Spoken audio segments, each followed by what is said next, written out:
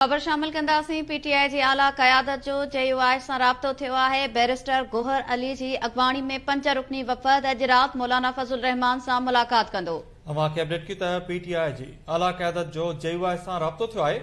Barrister Gohar Ali जी अॻवाणी में 5 रुकनी वफ़द अॼु राति मौलाना फज़लुर रहमान सां मुलाक़ात कंदो।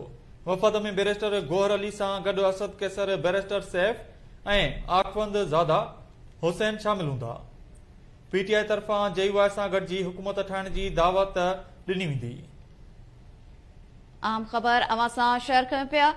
पीटीआई जी आला क़यादत जो JUI सां राब्तो थियो आहे। बैरिस्टर गोहर अली जी अॻवाणी में 5 रुकनी वफ़द अॼु राति मौलाना फज़लुर रहमान सां मुलाक़ात कंदो। अवांखे ॿुधाईंदासीं वफ़द में बैरिस्टर गोहर अली सां गॾु असद कैसर, बैरिस्टर सैफ ऐं आखवंद ज़ादा हुसैन शामिल हूंदा। पीटीआई तरफ़ां JUI सां गॾिजी हुकूमत ठाहिण जी दावत ॾिनी वेंदी।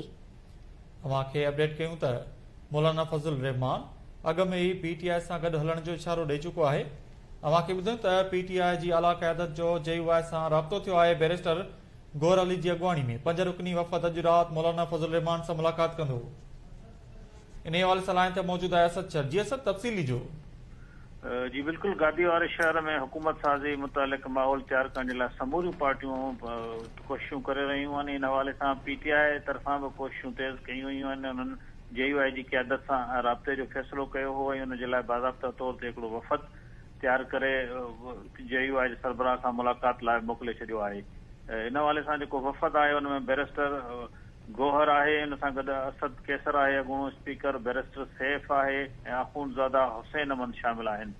पीटीआई तरफ़ां पीटीआई सां गॾिजी JUI खे इतिहाद करे हुकूमत में शामिल करण वारनि मामलनि ते मौलाना फज़लुर रहमान सां ॻाल्हियूं थींदियूं, छाकाणि जो गुज़िरियल ॾींहुं मौलाना फज़लुर रहमान अॻु में ई चई चुको हो त पीटीआई सां ॻाल्हियूं थी सघनि थियूं। इन जे करे उन प्रेस कॉन्फ्रेंस खां पोइ अॼु पीटीआई जो वफ़द जेल ते वञी बानी पीटीआई चेयरमैन सां मुलाक़ात कई हुई ऐं उन खां इजाज़त वठी बाक़ाइदा तौर ते हाणे वफ़द JUI जे सरबराह ॾांहुं रवानो थी वियो आहे। जी वॾी महिरबानी अपडेट करण लाइ असद शर। मुल्की सियासत में नओं मोड़। माज़ीअ जे कट्टर मुखालफ़नि पीटीआई ऐं JUI में पहिरियों भेरो राब्तो। बैरिस्टर गोहर ख़ान जी अॻवाणी में पीटीआई जो 5 रुकनी वफ़द अॼु राति JUI सरबराह मौलाना फज़लुर रहमान सां मुलाक़ात कंदो। ज़रियनि मूजिबि पीटीआई तरफ़ां JUI खे गॾिजी हुकूमत ठाहिण जी दावत ॾिनी वेंदी। मौलाना फज़लुर रहमान बि पीटीआई सां राब्ते जी तस्दीक़ कंदे चयो आहे त तहरीक इंसाफ़ जा अॻवान मुलाक़ात करण लाइ अचनि पिया। मुलाक़ात में ख़बर पवंदी त हू कहिड़ियूं ॻाल्हियूं करण अचनि पिया।